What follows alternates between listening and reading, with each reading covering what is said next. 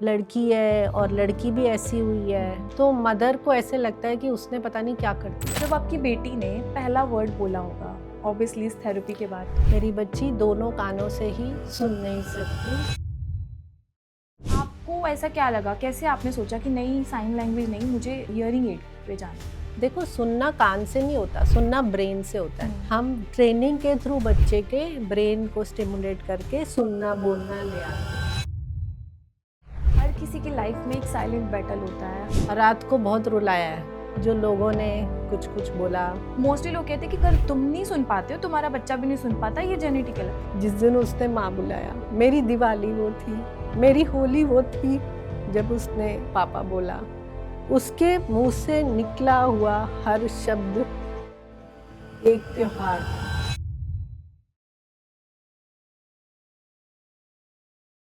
नमस्कार, स्वागत है आपका क्रेजी टॉक्स में। आज का एपिसोड बहुत ही दिल से भरा हुआ हो सकता है, दिल को छू जाने वाला भी हो सकता है, क्योंकि आज हम बात करेंगे एक माँ की, एक फाइटर की और एक गाइड की। आज हमारे साथ मौजूद हैं रितु नाकरा जी, जो एक NIFT ग्रेजुएट हैं, ऑडिटरी वर्बल थेरेपिस्ट भी हैं और ऑब्वियसली एक माँ भी हैं। तो आइए स्वागत करते हैं उनका और बात करते हैं उनसे। नमस्ते मैम। नमस्ते मेहुल, थैंक यू, आपने थैंक यू मुझे सो इनवाइट मच किया। Ma'am for coming. Thank you. Ma'am शुरुआत से हम शुरू करते हैं। मैं ये जानना चाहूँगी कि अगर हम आपकी जर्नी की बात करें, आपकी स्टार्टिंग फेज की बात करें, तो एक NIFT ग्रेजुएट से ऑडिटरी वर्बल थेरेपिस्ट की जर्नी, ये ट्रांसफॉर्मेशन कैसे हुआ? बहुत ही हार्ट टचिंग स्टोरी है। जैसे किसी एक आम लड़की की ज़िंदगी होती है, जी मेरी भी वैसे ही है। जी। फ़र्क सिर्फ इतना आया कि पोस्ट ग्रेजुएशन निफ्ट के बाद मैं एक एक्सपोर्ट हाउस में थी और फिर ताज ग्रुप के साथ मैंने 2 साल काम किया। शादी हुई, अच्छे से हुई, प्यारा सा बेबी हुआ। और जब मेरी बच्ची 18 महीने की थी, तब तक उसने कुछ बोलना शुरू नहीं किया था। और हर समय एक माँ को लगता है कब मेरा बच्चा मुझे माँ कह के बुलाएगा या मुंह से बाबा पापा कुछ शब्द निकलेंगे, क्योंकि एक टिपिकली डेवलपिंग चाइल्ड साल भर में बोल पड़ता है, लेकिन उसके मुंह से कुछ आवाज़ नहीं आ रही थी। तो मन हमेशा खुश नहीं रहता था, एक चिंता रहती थी। तो 18 महीने पे जब मैंने फिर से पीडियाट्रिशियन को बोला, तो उन्होंने बोला कि इसके बाकी माइलस्टोन्स तो बहुत अच्छे हैं, 12 महीने पे चलना शुरू कर दिया, तो आप मुझे कुछ ऐसा डाउट हो रहा है कि बच्चा शायद सुनता नहीं है, तो आप इसका एक हियरिंग टेस्ट करवा लीजिए।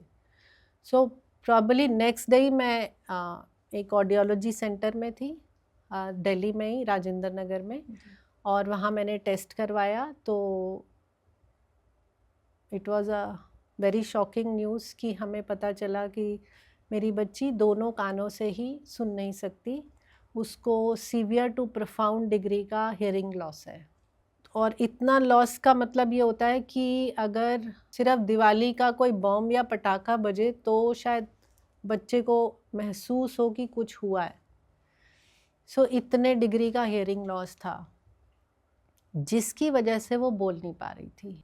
वो मेरी लाइफ का एक टर्निंग पॉइंट था, क्योंकि हम सपने में भी नहीं सोच सकते थे कि ऐसी कंडीशन, ऐसी सिचुएशन भी हमारी लाइफ में आ सकती है। क्योंकि या तो होता है कि कोई फैमिली हिस्ट्री हो, या फिर मैं बीमार रही हूँ, या बच्चा को कुछ तकलीफ हुई हो पैदा होते हुए। कोई ऐसा था ही नहीं, सब नॉर्मल ही था। मतलब वो हेल्दी बेबी, 3.5 kg का बेबी बॉर्न हुआ, ऑन टाइम डिलीवरी हुआ और नॉर्मल डिलीवरी हुआ, सब कुछ सभी सही से था। बट जब आपके सामने ये एक चीज़ आती है तो फिर आप एक डिनाइल स्टेट में चले जाते हो, ऐसा हो ही नहीं सकता। फिर 2-3 और जगह से हमने बैरा टेस्ट कराया, और जहाँ पे रिज़ल्ट फिर वही सेम मिला वो दिन। और फिर जब मेरे को ये लगा कि अब इसका सॉल्यूशन क्या है, सो आज मेरी डॉटर 25 इयर्स की है। तो 25 साल पहले तो अगर आप सोचो एक डेफ बच्चा आपके सामने आ, मेरे लिए लाइफ में एक ना सुनने वाला हम्म। व्यक्ति वही था, मतलब मेरा कोई एक्सपीरियंस नहीं था, तो मुझे यही नहीं समझ आ रही थी कि अब करना क्या है। ऑब्वियसली बहुत सारे पेरेंट्स वहीं पे ही मतलब खो वहीं पे बैठते हैं कि यस। हाँ सो जैसे हमें प्रोफेशनल ने गाइड किया कि इसको हियरिंग एड लगाए जाए, हियरिंग एड लगा दिए, थेरेपी शुरू करी जाए, जो भी उस टाइम पे जैसी भी फॉर्मेट होता था थेरेपी का वही शुरू किया।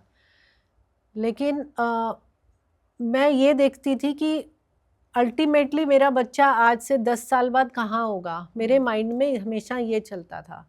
सो जो सीनियर पेरेंट्स से उनसे मिली और मुझे कहीं भी सेटिस्फैक्शन नहीं मिल रहा था, क्योंकि मुझे ये चाहिए था कि मेरा बच्चा मेरी तरह ही बोल पाए। लेकिन मुझे एक भी केस नहीं उस टाइम ऐसा दिखा जहाँ उतनी अच्छी स्पीच क्लैरिटी वाला कोई एडल्ट मुझे दिखता। तो बस वहीं से पढ़ाई शुरू करी। मैंने ऑल ओवर वर्ल्ड ट्रैवल किया, वर्ल्ड के बेस्ट सेंटर्स में मैं गई कि वहाँ पर बच्चों के साथ कैसे काम होता है। अल्टीमेटली यूएस में एक जगह है लॉस एंजलिस में, जॉन ट्रेसी क्लिनिक, जहाँ पर मुझे गाइडेंस मिली कि कैसे बच्चों में ऑडिटरी वर्बल थेरेपी यानी कि सुन के ट्रेनिंग देके बच्चे को कैसे स्पीच पे लेके आना है। तो जब उसके सुनने पे ज़्यादा काम हुआ तो उसकी स्पीच अच्छी बनने लगी, उसकी लैंग्वेज अच्छी बनने लगी। उसके बाद आके हमने कॉकलियर इम्प्लांट करवाया। कॉकलियर इम्प्लांट के बाद उसको फुल उसका सुनना और अच्छा हो गया हियरिंग एड से। वहाँ से फिर मैंने कभी पीछे मुड़ के नहीं देखा, क्योंकि मैंने ट्रेनिंग ले ली थी कि बच्चों के साथ काम कैसे करना है। अपने बच्चे के सक्सेस के बाद मेरी फैमिली ने मुझे इनकरेज किया कि जब आप अपने बच्चे के साथ कर सकते हो तो you should help other children also. वहाँ से फिर मैंने फॉर्मल एजुकेशन लिया, स्पेशल एजुकेटर बने और फिर इसी फील्ड में पीएचडी का लेवल का सर्टिफिकेशन, जिसको LSLS listening and spoken language specialist certified auditory verbal therapy, ये डिग्री हमें यूएस से ही मिलती है, AGBEL से। सो उस लेवल का क्वालिफिकेशन लिया और 2016 में मैंने खुद का सेंटर खोला, हियर मी स्पीक। और तब से अब तक हम बहुत सारी अनन्याएं बना चुके हैं और बच्चों को सपोर्ट कर रहे हैं। तो आपकी जैसे आपने मुझे बताया कि आपने स्टार्टिंग में ही हियरिंग एड का मतलब आपने चूज़ कर लिया था कि मुझे हियरिंग एड सिलेक्ट करना है, पर मोस्टली पेरेंट्स जो है वो साइन लैंग्वेज पे चले जाते हैं कि अच्छा चलो नहीं सुन पाता तो कोई बात नहीं, वील गो फॉर दिस कि हम साइन लैंग्वेज करेंगे। क्योंकि हमारी ऑडियंस जो है वो ऑब्वियसली हर पेरेंट्स अगर सुनना चाहेगा या बात सुन रहा होगा तो यही सोचेगा कि ठीक है अगर बच्चा नहीं सुन पा रहा है, क्योंकि मोस्टली इसके लिए लोगों को नहीं पता ABT के बारे में। तो आपको ऐसा क्या लगा, कैसे आपने सोचा कि नहीं साइन लैंग्वेज नहीं, मुझे हियरिंग एड पे जाना है? सच बात बोलूँ तो आई थिंक हर माँ का, हर पिता का ये सपना होता है कि उसका बच्चा उसको माँ कह के बुलाए। कोई ऐसा पेरेंट नहीं है, क्योंकि पेरेंट्स में अवेयरनेस नहीं है, क्योंकि पेरेंट्स टाइम पर बच्चे को डायग्नोस नहीं कर पाते, क्योंकि उस टाइम पर इतना एडवांस टेक्नोलॉजी नहीं था, इसलिए साइन लैंग्वेज को एक ऑप्शन माना जाता था कि यही एक ऑप्शन है। अभी आप बिलीव नहीं करोगे मेहुल कि हमारे पास वो बच्चे भी आते हैं जिनके पेरेंट्स खुद डेफ एंड डम है। सो डम वर्ड तो हिस्ट्री की अब वोकैबलरी में से ही गायब हो चुका है। देयर इज नो वर्ड डम। डम मतलब कि बोल नहीं। जब हम सुन नहीं सकते तो हम बोल नहीं पाते। लेकिन अब वो पेरेंट्स जो पहले सुन और बोल नहीं पाते, उनके जब बच्चे because of genetic condition same hearing impairment से पैदा होते हैं, वो माँ बाप चाहते हैं कि उनके बच्चे बोलें। तो हम ऐसे बच्चों को भी ट्रेनिंग देते हैं, फिर हम उसमें उनके रिलेटिव्स को इन्वॉल्व करते हैं कि जो बच्चे से बात कर सकेगा, जो थेरेपी के लिए ला सकेगा। सो इट इज़ कि पहले अवेयरनेस नहीं थी, टेक्नोलॉजी नहीं थी, थेरेपी अप्रोच क्लियर नहीं था। अब आज की डेट में सब पॉसिबल है, प्रोवाइडेड पेरेंट्स को अवेयरनेस हो और बच्चा टाइम पे डायग्नोस हो पाए। जैसे आपने अभी हमें बोला तो मेरे दिमाग में एकदम से ये बात हिट हुई कि जैसे मोस्टली हम ये सुनते आए हैं, मतलब सुनते भी हैं, शायद आपने भी सुना होगा कि अगर पेरेंट्स को ये प्रॉब्लम है तो ऑटोमेटिकली अगर उनके बच्चे में भी आई है तो ये जेनेटिकल है। हाँ, तो मोस्टली लोग कहते हैं कि कोई बात नहीं, अगर तुम नहीं सुन पाते हो, तुम्हारा बच्चा भी नहीं सुन पाता, ये जेनेटिकल है।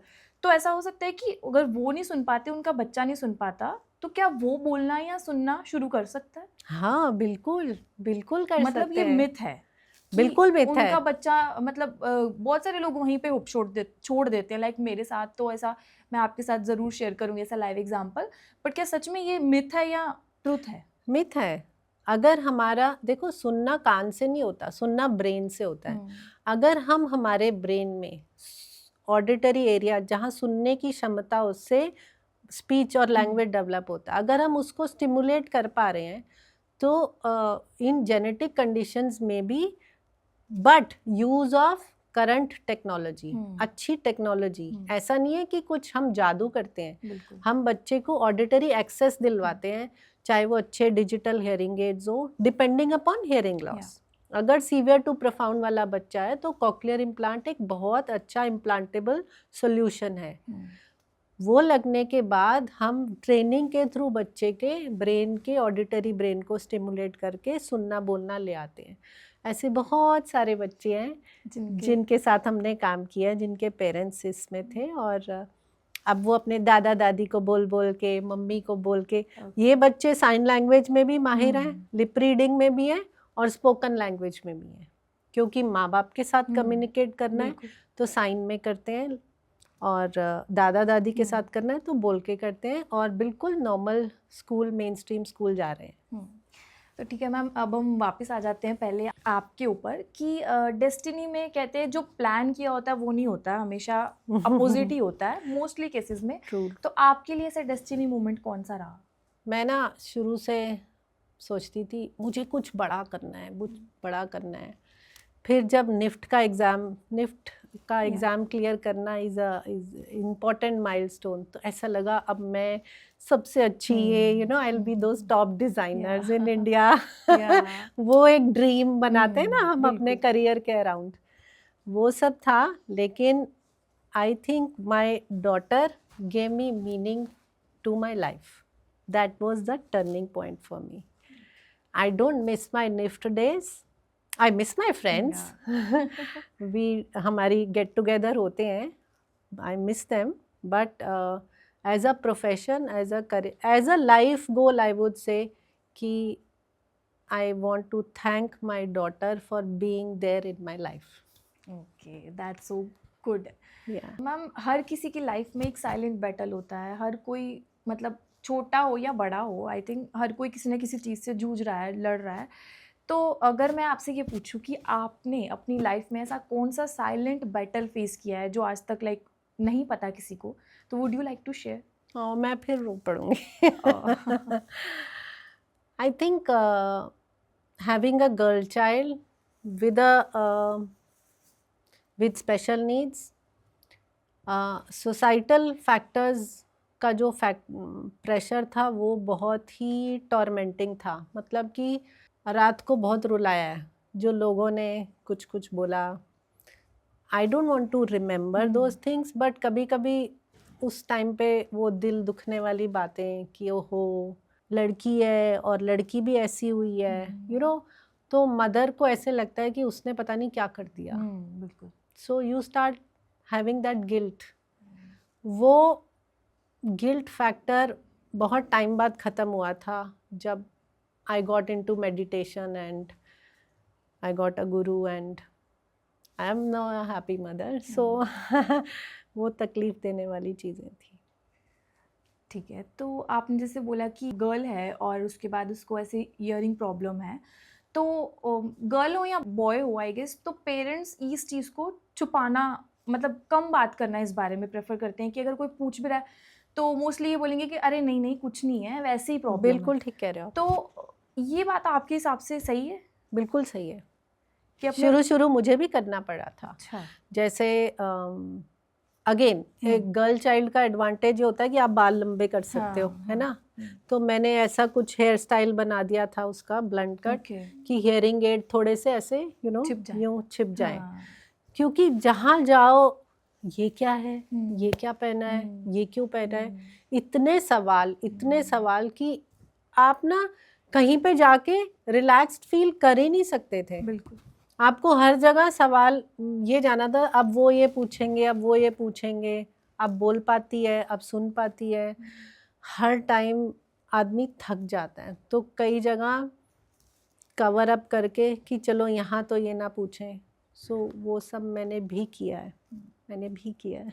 अगर हम एक पर्सपेक्टिव ठीक रखते हैं कि हाँ, लोगों के हिसाब से देखा जाए, सोसाइटी के हिसाब से देखा जाए तो नहीं बता पाते पेरेंट्स, क्योंकि बहुत सारे सवाल, जजमेंट्स होते हैं। करेक्ट। ठीक है, ये तो एक फेज था, पर दूसरे फेज की तरफ अगर हम बात करें कि अगर हम नहीं बात करेंगे तो अवेयरनेस ही नहीं फैलेगा। शायद ये तो चलो आपको तो ठीक है, आपको तो पता था, या आपने किसी से भी बात की तो आपको पता चल गया। मोस्टली अगर हम कहते हैं कि अगर आप बात ही नहीं करोगे तो कैसे पता चलेगा। ठीक कह तो रहे हो। वो चीज़ अगर मैं आज आपसे एबीटी के हिसाब से पूछूं कि आप एक इतने बड़े थेरेपिस्ट हो, सर्टिफाइड थेरेपिस्ट हो, उस हिसाब से मदर की तरफ से तो ठीक है, हाँ, पर थेरेपिस्ट के बेसिस से क्या ये चीज़ सही है? देखो थेरेपिस्ट को भी पेरेंट के साथ एम्पैथी करनी चाहिए। उसको पेरेंट का पर्सपेक्टिव समझना चाहिए। हर पेरेंट का एक ग्रीफ पीरियड होता है, किसी का 1 महीना, किसी का 4 महीना, किसी का सालों भी हो सकता है। पेरेंट आपका किस स्टेज में है, किस ग्रीफ पीरियड में है, वो एज अ थेरेपिस्ट मुझे पता होना चाहिए, ताकि मैं उसके साथ एम्पैथाइज करके उसकी एप्रोप्रिएट काउंसलिंग कर पाऊँ। तो मैं कभी भी पेरेंट को ये नहीं बोलती अरे क्यों डरते हो, ऐसे करो वैसे करो। पहले उसका मेंटल स्टेट समझना ज़रूरी होता है। इवेंचुअली हर पेरेंट खुल के बात कर लेता है। हाँ, हर पेरेंट, आज अगर मैं आपके साथ ये डिस्कशन कर रही हूँ, I am a proud parent, I am a confident mother, तो मैं बिल्कुल खुल के मीडिया में खुल के हर चीज़ का सवाल का जवाब दे सकती हूँ। इस स्टेज को आने में टाइम लगता है, तो किसी का जल्दी आ जाता है, किसी का आ जाते हैं, सब सही हो जाते हैं, सब पेरेंट कॉन्फिडेंट हो जाते हैं। और बाद में सबसे इम्पॉर्टेंट चीज़ है, हमारे बच्चे कॉन्फिडेंट हो जाते हैं। जिस समय मैं उसका हियरिंग एड छुपाती थी, आज मेरी डॉटर ऐसे करके बाल बनाती कि सब कुछ दिखाई दे। बिल्कुल, बिल्कुल, बिल्कुल। कुछ ज़रूरत नहीं है एंड आई छुपाने गेस की। ये कॉन्फिडेंस होना भी चाहिए। हाँ। इसमें कोई मतलब ठीक है, अगर कोई प्रॉब्लम है तो हम उससे डील कर रहे हैं, इट्स करेक्ट। ओके। सो ये कॉन्फिडेंस जब धीरे धीरे मदर पेरेंट्स बच्चे में इनकलकेट करते हैं, खुद कॉन्फिडेंटली सोसाइटी को फेस करना शुरू कर देते हैं, तब बच्चे देखते हैं कि हमारे पेरेंट्स कैसे जवाब दे रहे हैं, कैसे आंसर्स कर रहे हैं। तो वो कॉन्फिडेंस बच्चों में ट्रांसफ़र होता है, और फिर जब बच्चे खड़े होने लग जाते हैं तो पेरेंट्स को कुछ कभी बोलना ही नहीं पड़ता। क्योंकि ऑब्वियसली आई थिंक होता है कि अगर पेरेंट्स कॉन्फिडेंट है तो बच्चा तो ऑलरेडी एब्सोल्युटली। देख के ही हो जाएगा कि हाँ। मुझे तो वीक पढ़ने की ज़रूरत नहीं है। Correct, correct. ठीक है मैम, तो इसी के साथ मैं ये पूछूंगी कि जैसे आपने बोला कि ऑब्वियसली अगर कोई भी पेरेंट्स होगा वो चीज़ें छुपाएगा या नहीं बात करेगा, आपके साथ भी ये चीज़ हुई है। तो बहुत सारी चीज़ें फेस अप्स एंड डाउन्स और भी बहुत स्ट्रगल्स फेस किए जाते हैं, तो उसके बाद आज आप यहाँ पे स्टैंड आउट, आपने उस चीज़ से कैसे स्टैंड आउट किया, उस स्ट्रगल फेस से निकल के कैसे, क्या ऐसा मोमेंट रहा जब आपको लगा कि कोई बात नहीं, अगर, क्योंकि हमें फील होता है कि अब मैं हार गई, अब मैं थक गई, तो आपके साथ भी ऐसा फील हुआ होगा? हाँ। सो आई थिंक इसमें सबसे बड़ा इम्पोर्टेंट रोल होता है इंफॉर्मेशन और नॉलेज लेने का। आप तब तक डर में रहते हो जब आपको रास्ता नहीं दिखता। जब आप अपनी इंफॉर्मेशन, अपनी नॉलेज को, इस सब्जेक्ट को पढ़ना शुरू करते हो, बुक्स के थ्रू, लोगों से मिलने के थ्रू, जैसे मैंने बोला मैं सीनियर पेरेंट्स से, जो जिनके बच्चे बड़े हो चुके हैं, उन पेरेंट्स से मिली, मैंने प्रैक्टिकल एक्सपीरियंसेस उनसे पूछे, मैंने इस सब्जेक्ट पे बुक्स पढ़ी, फिर मैंने सेंटर्स को विजिट किया जहाँ इन बच्चों को ट्रेनिंग मिलती है। जब आप अपनी नॉलेज को इतना बढ़ा लेते हो, तब आपको सही रास्ता चुनने का दिशा मिल जाती है कि मुझे अब किस डायरेक्शन में जाना है। जिस दिन आपको आपका रास्ता मिल जाता है ना, उस दिन आपका सोचने का नज़रिया, काम करने का नज़रिया, सब कुछ चेंज हो जाता है। फिर आप कॉन्फिडेंस के थ्रू आगे बढ़ते हो। है ना। ठीक, बिल्कुल। जैसे एक भक्त भगवान को पाना चाहता है तो या वो नाम जाप से पाले या साधना से पाले, अगर वो अपना रास्ता चुन लेता है तो भगवान भी मिल जाता है। बिल्कुल, फिर ये तो छोटी मोटी चीज सही थी। बात है। मतलब हमें अपने लिए मतलब मेन थिंग इसमें ये था कि बस पॉजिटिव रहना है, पॉजिटिव रहना है, सही इंफॉर्मेशन लेनी है, नॉलेज गेन करनी है। बिल्कुल। बिना नॉलेज के आप आगे नहीं बढ़ सकते। अंधेरे में आप तीर नहीं चला सकते ना। तीर चलाने के लिए टारगेट पता होना चाहिए। बिल्कुल। मेरा लक्ष्य क्या है? क्या है? मेरा लक्ष्य था कि मेरा बच्चा मेरी तरह बोले, वो मेरा अल्टीमेट लक्ष्य बिल्कुल। था। आज वो 3 लैंग्वेजेस बोलती है, बाहर उसने अकेले रह के पढ़ाई करी है, यूनिवर्सिटी ऑफ वैंकूवर से वो पास आउट हुई है, ब्रिटिश कोलंबिया से। सो उसने कभी हमने उसको फिर रोका नहीं ना, अब वो she is a free bird. तो आपने जैसे अभी बताया कि वो लाइक आपका वो जो गोल था वो फुलफिल हो गया, तो जब आपकी बेटी ने पहला वर्ड बोला होगा ऑब्वियसली इस थेरेपी के बाद, तो मेरी दिवाली थी उस दिन। अच्छा, तो हम प्लीज़ जानना चाहेंगे क्योंकि ये सवाल हर पेरेंट्स आज भी मैं उस दिन को याद करके, जिस दिन उसने माँ बुलाया, मेरी दिवाली वो थी, मेरी होली वो थी जब उसने पापा बोला। उसके मुंह से निकला हुआ हर शब्द एक त्योहार था, और ये त्योहार फिर धीरे धीरे बदलता गया और हमारे लिए यही त्योहार थे। मुझे ये नहीं पता दिवाली कब आती है, होली कब आती है, बट वो दिन दिवाली थी। ये फीलिंग मैं समझ सकती हूँ बिल्कुल। या because it's a very emotional connect. कोई ऐसे ही नहीं इस लाइन में आ जाता। बिल्कुल। आपको बहुत चीज़ों से निकलना पड़ता है। हाँ, तो मैम इसी के साथ हम अगर कंटिन्यू करें तो आपका जो आप फाउंडर भी हैं हियर मी स्पीक की, तो प्लीज़ थोड़ा सा इंट्रो आप उसके बारे में हमारी ऑडियंस को दें, ताकि किसी को भी अगर आप तक रीच आउट करना है तो वो कैसे करे और क्या क्या सर्विसेज आप प्रोवाइड करते हैं। So basically hear me speak को 2026 में, इस साल हम 10 इयर्स कंप्लीट करेंगे। 2015 में मेरा सर्टिफिकेशन हुआ था और 16 में हमने hear me speak parent support group से शुरू किया था। और इन 10 इयर्स में हमारी सर्विसेज बेसिकली जितने भी बच्चे जिनको स्पीच और लैंग्वेज डिले है, चाहे वो हियरिंग लॉस की वजह से है या न्यूरोलॉजिकल कंडीशंस की वजह से है, कोई भी कंडीशन की वजह से कम्युनिकेशन बैरियर्स हैं, हम हर फील्ड में हमारे पास बहुत अच्छी टीम है। ऑक्यूपेशनल थेरेपिस्ट है, स्पीच थेरेपिस्ट है, एवीटीज़ है, स्पेशल एजुकेटर्स हैं, ऑडियोलॉजिस्ट हैं, सर्जन्स हैं। So a good team of therapists, and we cover all kind of speech and language delay cases for children. तो मैम ऑडिटरी वर्बल थेरेपी जो है, मतलब बहुत सारे लोगों को नहीं पता है इसके बारे में, तो मैं चाहती हूँ कि एक सिंपल डेफिनेशन आप हमारी ऑडियंस को प्लीज़ मतलब बताएं कि क्या होता है और एक्चुअल में इससे बच्चों की लाइफ चेंज होती है या नहीं होती है। सो ऑडिटरी वर्बल थेरेपी एक ऐसा अप्रोच है फैमिली सेंटर्ड, जिसमें कि पेरेंट को पार्टनर बनाकर हम हियरिंग इम्पेयर्ड बच्चे जिनको हियरिंग लॉस है, उनमें हम सुनकर बोलने की क्षमता बढ़ाते हैं। यानी कि हम उनके ऑडिटरी ब्रेन को स्टिमुलेट करके उनमें स्पोकन लैंग्वेज कम्युनिकेशन, ताकि वो वर्बल वे ऑफ कम्युनिकेशन पे आ सके, हम उनको ट्रेन करते हैं।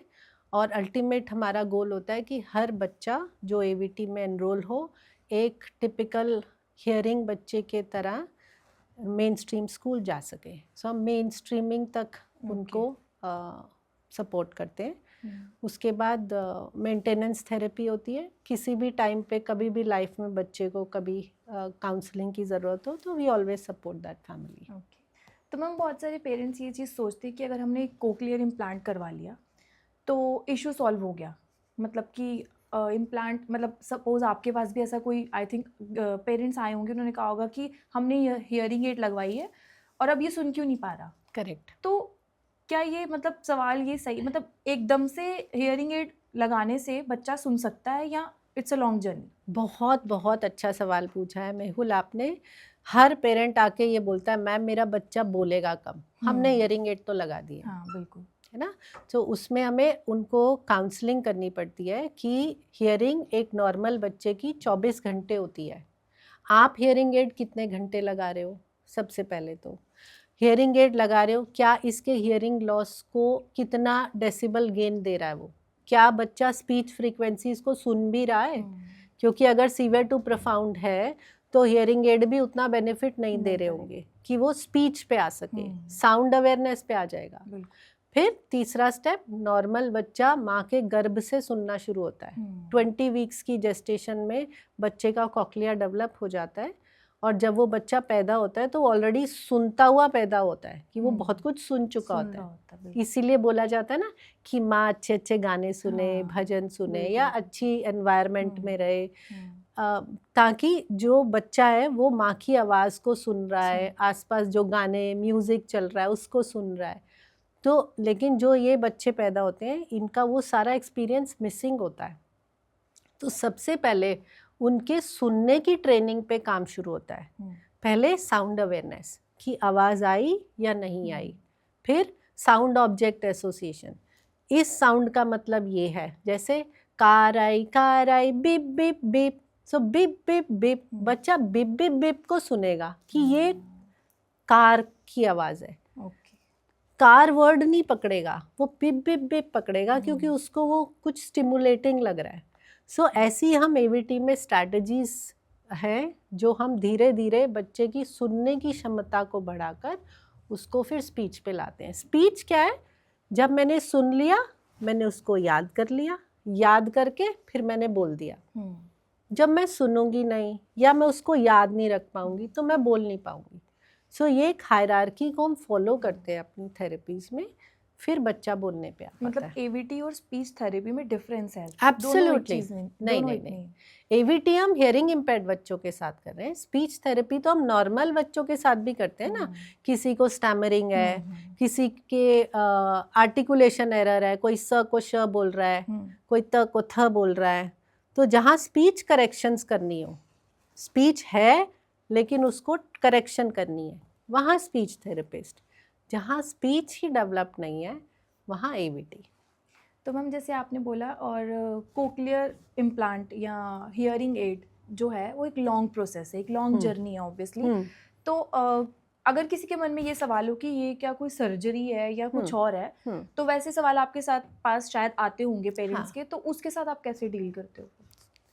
हम उनको करेक्ट प्रोसीजर गाइड करते हैं। Cochlear implant is a first step, जहाँ surgically cochlear implant, ENT surgeon who is trained for cochlear implant surgery, वो सर्जरी के थ्रू इम्प्लांट डालते हैं जो कि डायरेक्ट ऑडिटरी ब्रेन को स्टिमुलेट करता है। तो वो बाईपास कर जाता है ईयर के फंक्शन को और सीधा नर्व को स्टिमुलेट करता है, जिससे कि मैसेज सीधा हमारे ब्रेन में जाता है। ये रोल हो गया सर्जन का। फिर साथ में रोल आता है ऑडियोलॉजिस्ट का, कि जो बच्चे ने प्रोसेसर पहना है उसको वो सही मैप प्रोग्राम करे ताकि बच्चा सारी फ्रीक्वेंसीज को हर इलेक्ट्रोड पे सुन पाए।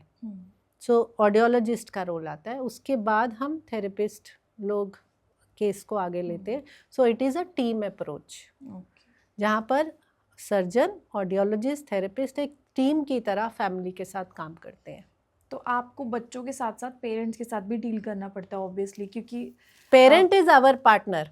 हम बच्चे से ज्यादा पेरेंट के साथ काम करते हैं, क्योंकि बच्चों से के साथ तो जो आप थेरेपी यूज कर ही रहे हो ऑब्वियसली डील कर रहे हो, पर पेरेंट्स, क्योंकि पेशेंस इस पूरे प्रोसेस में आई थिंक बहुत बड़ा पार्ट है। yes.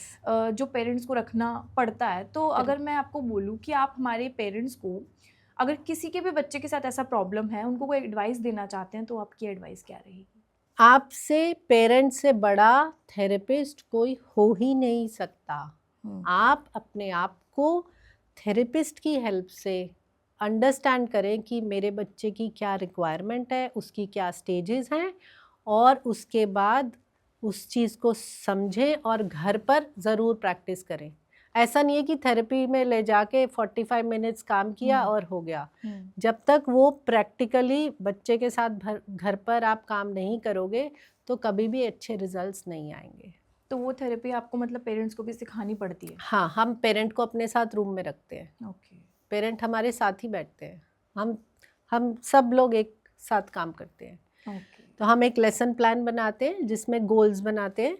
गोल वो हम पेरेंट को समझाते हैं शुरू करने से पहले। आज मेरा जैसे हमने पॉडकास्ट करने से पहले गोल्स बनाए हाँ, क्या बिल्कुल। क्या अचीव हाँ। करना है, ऐसे ही हम पेरेंट के साथ डिस्कस करते हैं कि मेरा 2 आइटम मेमोरी है, आज मैं वाइल्ड एनिमल्स पे लैंग्वेज में काम करने वाली हूँ, स्पीच में मैं म साउंड को लूँगी, तो मैं गोल्स बता देती हूँ। फिर हम करना शुरू करते हैं और फिर हम हैंड ओवर करते हैं। सबसे बेस्ट पार्ट होता है कि उसी समय पेरेंट को बोलो अब आप करो। उससे पेरेंट में कॉन्फिडेंस आता है कि खाली थेरेपिस्ट मेरे बच्चे को नहीं सिखा सकता, मैं भी सिखा सकती हूँ। सो जब हम धीरे धीरे पेरेंट में ये कॉन्फिडेंस लाते हैं, फिर पेरेंट घर पे भी कर पाता है। क्योंकि ये जर्नी सिर्फ वहीं सेंटर तक की नहीं है, ये नो घर नो पे नो भी नो होगा नो, तो ही अप्लाई हो सकता absolutely the success lies behind parents work. है। तो इसका मतलब कि इसके लिए अगर कोई भी इस प्रॉब्लम से डील कर रहा है तो जैसे आपने कहा कि सबसे बड़ा हेल्पर ही बच्चे का पेरेंट्स है। एब्सोल्युटली, किसी भी दिन, खाली स्पेशल नीड बच्चों के लिए नहीं, टिपिकल डेवलपिंग बच्चों के लिए भी सबसे पहला टीचर उसका पेरेंट है। ये सवाल मैंने इसलिए भी पूछा क्योंकि मैम मोस्टली पेरेंट्स क्या सोचते हैं ना कि हमारा बच्चा स्पीच थेरेपी की क्लासेस के लिए जा रहा है तो ये बोल लेगा। हाँ, मतलब वो चीज़ वो घर पे प्रैक्टिस नहीं करते हैं। नहीं, तो फिर नहीं। वो चीज़ घर पे प्रैक्टिस करना भी आई गेस ज़रूरी है। एब्सोल्युटली, वही जर्नी फिर इजी हो जाती है। और देखो बच्चे का भी तो कनेक्ट बनता है ना। अगर आप बच्चे के साथ घर पर थोड़ा काम कर रहे हो तो बच्चे को भी लाइफ लॉन्ग लगेगा ना, मेरी मम्मी मेरे साथ बैठती थी, हाँ, ऐसे खेलती बिल्कुल। थी, ये करती थी। अब जैसे मैंने अपने अनन्या के कुछ टॉयज अभी भी संभाले हुए हैं। अच्छा मॉम, ये आप ऐसे करते थे, ये आप ऐसे। वो जो इमोशनल कनेक्ट माँ और बच्चे का या फादर का बच्चे के साथ बनता है, वो बच्चा पूरी लाइफ लॉन्ग चेरिश करता है। आप ये भी तो सोचो, आप स्पेशल मोमेंट्स क्रिएट कर रहे हो। बिल्कुल। इसी के साथ आपने अपनी मदरहुड की बात शेयर की तो मैं ये चीज़ जानना चाहूँगी। लाइक बहुत अच्छी बात है कि आप आज इतने पॉजिटिव उस माइंडसेट के साथ बैठी हुई हैं और हर एक पेरेंट्स को मैं कहती हूँ कि ऐसे होना भी चाहिए। सबसे ज़्यादा स्ट्रॉन्गर आपको इस फेस में किसने बनाया, मदरहुड ने या एक थेरेपिस्ट ने? वो मदरहुड ने, डेफिनेटली मदरहुड ने। माँ तो शक्ति है। माँ चाहे तो बड़े बड़े पर्वत हिला दे, माँ के आगे तो ईश्वर भी नतमस्तक हो जाता है। बिल्कुल। तो मतलब ये माँ के साथ पिता का सपोर्ट भी इक्वली इम्पोर्टेंट है। मैं खाली माँ नहीं बोलूँगी, इसीलिए अर्धनारीश्वर है ना। तो जहाँ शक्ति है वहाँ मेल का सपोर्ट भी बहुत इम्पोर्टेंट है। मतलब पेरेंट्स का होना बहुत जरूरी पेरेंट है। Partnership is very important, very important. तो मैम अभी हम आगे बढ़ते हुए ये जानते हैं कि हियरिंग लॉस को लेके बहुत सारे मिथ हैं। मतलब एक ऐसा मिथ जो आप तोड़ना चाहती हैं। कि जो सुन नहीं सकता वो बोल नहीं सकता, ये सबसे बड़ा मिथ है। सबसे बड़ा मिथ है ये। हाँ। कि जैसे हमने पहले भी बात की, अगर किसी के पेरेंट्स को वो प्रॉब्लम है तो ऑटोमेटिकली उसके बच्चे में भी है तो वो ठीक नहीं हो सकती। बिल्कुल नहीं। आज की डेट में जहाँ हम जनरेशन अल्फा की बात कर रहे हैं, एआई की बात कर रहे हैं, अच्छी टेक्नोलॉजी की बात कर रहे हैं, अगर बच्चा टाइम पे डायग्नोस हो जाता है कि इसको हियरिंग लॉस है, पहले 2 सालों के अंदर हर बच्चा आपकी मेरी तरह सुन सकता है, बोल सकता है, दुनिया में कुछ भी अचीव करना चाहे कर सकता है। बिल्कुल। तो मैम आपके इंटरवेंशन सेंटर के अंदर ऑब्वियसली बहुत सारे लोगों को आपने हेल्प किया है। कोई ऐसी स्टोरी रही होगी जो बहुत ही इंस्पायरिंग है, आज भी आप उस चीज़ को याद रखते हो कि वो बच्चा मेरे पास आया था? कोई स्टोरी अगर आप हमारी ऑडियंस के साथ शेयर करना चाहें। मेरे पास सबसे हार्ट टचिंग स्टोरी यही है कि खुद डेफ पेरेंट्स का बच्चा जब हमारे पास ट्रेनिंग लेके गया तो वो अपने माँ बाप को बोलना सिखा रहा था। अरे कुछ लिप रीडिंग से हर एडल्ट कुछ कुछ बोल पाता है, तो उनका बच्चा बोलता है, पेरेंट्स नहीं बोल पाते, जबकि वो बच्चा भी नहीं बोल सकता था अगर उसको ट्रेनिंग नहीं दी जाती। अब वो अपने पेरेंट्स को बोलना सिखाता है, चलो पानी बोलो, मेरा नाम बोल के बोलो, यू नो। सो इशारों से, लिप रीडिंग से वो आज अपने पेरेंट्स को सिखा रहा है। सो मेरे लिए वो बहुत हार्ट टचिंग सीन हो जाता है। या ओके। तो मैम जैसे हम बात कर रहे थे एवीटी की, तो एवीटी बहुत सारे लोगों को नहीं पता, जैसे हमने बोला कि अवेयरनेस कम है, तो या तो स्पीच थेरेपी की लाइक अभी थोड़ी चीज़ें ये बढ़ रही हैं, तो बहुत सारे लोग जो है वो प्रेफर करते हैं स्टीरियोटाइप्स में जाना कि अरे नहीं हमारा बच्चा बोल नहीं रहा, उसने कहा था ऐसा करो, ऐसा करोगे तो बच्चा बोल पड़ेगा। तो ये बात क्या सच में? बिल्कुल है। जहाँ पर एजुकेशन और अवेयरनेस की कमी है वहाँ अभी भी लोग दूसरों से सलाह लेके आगे बढ़ते हैं। बिल्कुल। लेकिन मैं यहाँ बोलूँगी पेरेंट्स को खुद भी इस सब्जेक्ट में स्टडी करना चाहिए। अगर गूगल भी करेंगे और एवीटी के बारे में भी पढ़ना चाहेंगे तो बहुत सारा लिटरेचर अब अवेलेबल है और अच्छे प्रोफेशनल्स हैं, ऐसा कुछ नहीं है। खुद को एजुकेट करने की ज़रूरत है। बिल्कुल। ब्लाइंडली फॉलो मत करें प्लीज़। तो मतलब ये चीज़ हमें मेडिकल हमें ट्रीटमेंट की तरफ जाना चाहिए। Absolutely, absolutely. तो बिल्कुल मैम, और बहुत अच्छा लगा हमें आपसे बात करके, बहुत सारी Thank चीज़ों you. के बारे में पता चला। एंड आई होप कि हमारी ऑडियंस को, हमारे पेरेंट्स जो इस एपिसोड को देख रहे हैं, उनको भी बहुत सारी नॉलेज मिली होगी। आप प्लीज़ हमारे ऑडियंस को, पेरेंट्स को एक मैसेज लास्ट में एक डिलीवर कर दीजिए, ताकि वो अगर इस प्रॉब्लम से जूझ रहे हैं तो उन्हें क्या हेल्प करनी चाहिए, क्या मतलब उन्हें मदद मिलेगी उससे? सबसे पहला मैसेज मैं दूंगी हर पेरेंट को, चाहे उसका बच्चा स्पेशल नीड वाला है या नहीं है, कि 0 to 5 इयर्स में ज़्यादा से ज़्यादा बच्चे के साथ इमोशनल कनेक्ट, उसको स्किल सिखाने का, उसको उसके अंदर कम्युनिकेशन एबिलिटीज़ डेवलप कराने का काम ज़रूर करें। नंबर 2, अगर बच्चा स्पेशल नीड का है तो पॉजिटिव फ्रेम से किसी अच्छे प्रोफेशनल के कांटेक्ट में गाइडेंस लेके बच्चे के साथ काम करें। एक भी दिन वेस्ट नहीं करना, हर दिन कीमती है बच्चे का। और आपसे अच्छा थेरेपिस्ट, अगर आप नॉलेज लेते हैं, इंफॉर्मेशन गेन करते हैं, थेरेपिस्ट की गाइडेंस के अंडर जब आप अपने बच्चे के साथ खुद काम करते हैं, आपको ज़िंदगी में कभी भी पीछे मुड़ के नहीं देखना पड़ेगा। बिल्कुल। और मेरी तरह पॉडकास्ट करते रहना। बिल्कुल। मोटिवेशन का मतलब सबसे बड़ा पार्ट ये है कि पॉजिटिव रहना है। Yes. और होप नहीं छोड़नी है। नहीं। और एक बात और कि हमें बच्चों के साथ EQ ज़्यादा मेंटेन करना चाहिए रेदर देन IQ। IQ तो ऐसा है ना, इतनी इंफॉर्मेशन है, अभी आप कुछ टाइप करो सब कुछ मिल जाएगा। बच्चे अपने आप सब ढूंढ लेते हैं। इमोशनल कनेक्ट इस अल्फा जनरेशन को चाहिए हम पेरेंट्स के साथ, क्योंकि वो अपनी सोसाइटी से इनफॉर्मल वे में कम्युनिकेशन कर रहे हैं। आमने सामने आपकी और मेरी तरह बैठ के बातचीत नहीं कर रहे, जहाँ हमारा फोन जो है वो एयरप्लेन मोड पे है। बिल्कुल। ये बातचीत बच्चों में ये क्वालिटीज डेवलप करवानी है। सबसे बड़ा मेरे हिसाब से ये एडवाइस रहेगी कि पेरेंट्स को EQ मेंटेन करके रखना चाहिए अपने बच्चों के साथ। Yes. Thank you so much ma'am, बहुत अच्छा लगा आपसे बात करके। और दोबारा हम आपके साथ पॉडकास्ट करेंगे और नई चीज़ें सीखेंगे, ताकि हमारे ऑडियंस को और हमारे पेरेंट्स को और नॉलेज मिल सके। Thank you so much ma'am. और इस एपिसोड को लाइक ज़रूर कीजिएगा और चैनल को शेयर और सब्सक्राइब करना ना भूलें।